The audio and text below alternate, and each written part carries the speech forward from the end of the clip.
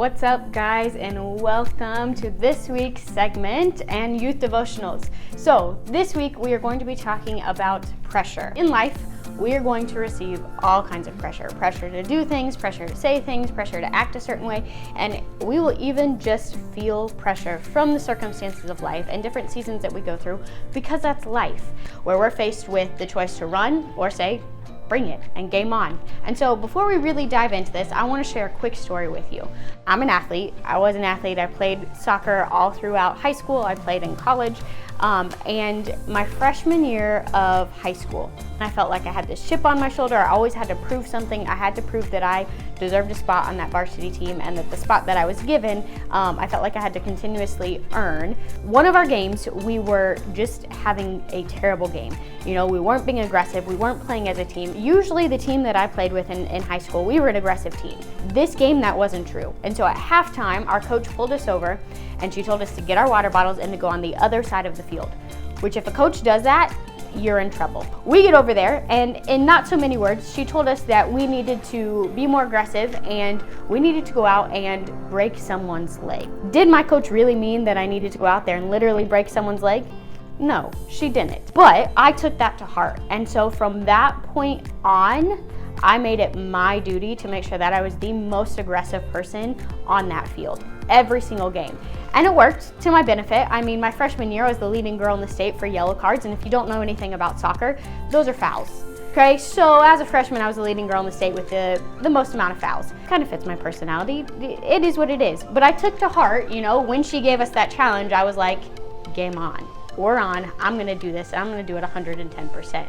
But what I've learned is I don't necessarily have that same competitive spirit when I get faced with a situation in life that may be a little bit more challenging. And why not? I don't quite know. Okay, but I do know that in that time, I was able to say game on because of my confidence and because of the foundational skills I had in soccer. And I had a confidence in myself and the skills that I had in soccer to know, like, I'm gonna outwork you, I'm gonna outbeat you, I know my talent, I know the foundations that have been taught to me and that have been built, and I'm gonna do this. Okay, so what happens when life throws a curveball at us? What happens when life says game on? Where's our foundation? What do we do then?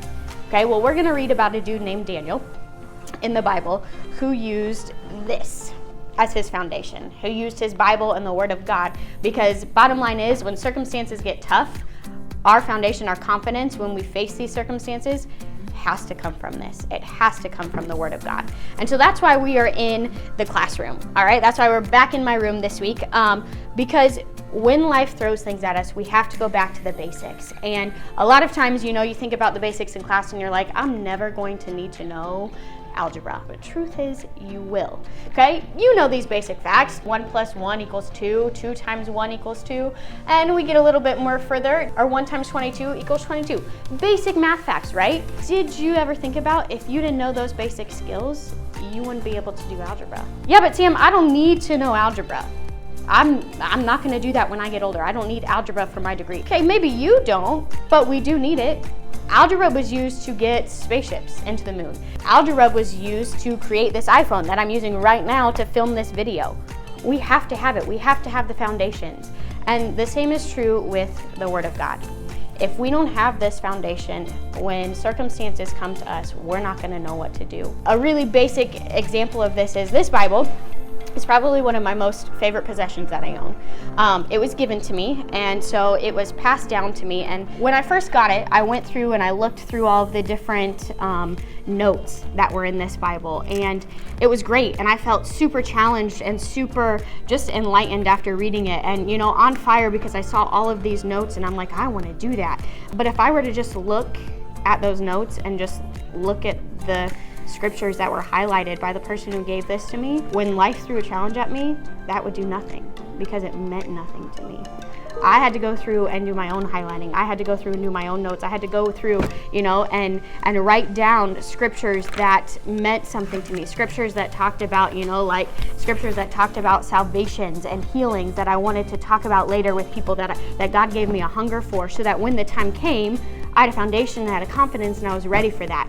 This dude named Daniel, we're going to look at Daniel 1 and in verses 1 through 6. Daniel was faced with a challenge, and he was in a spot where he had become a slave. He was in a completely different land, separated from his family, and he was a slave to a king. And this king was asking Daniel to do things that defiled or went against what he had learned about and read about in his Bible, and that went against the word of God. You know, they wanted Daniel to eat this food that was unclean, that had been sacrificed to idol gods, and Daniel knew his foundation. He knew his word of God, and he said, I'm not going to do that. But he had to know, and he had to get here, and he had to know that that was against the word of God to be able to have that confidence and to stand up. And so when we come back for video 2, that's what we're going to talk about. Yes, I'm leaving you with a cliffhanger, okay? But it is what it is. All right, so join us later this week for session number 2 so that you can figure out how you can be like Daniel and have some confidence and stand on the word of God. See ya.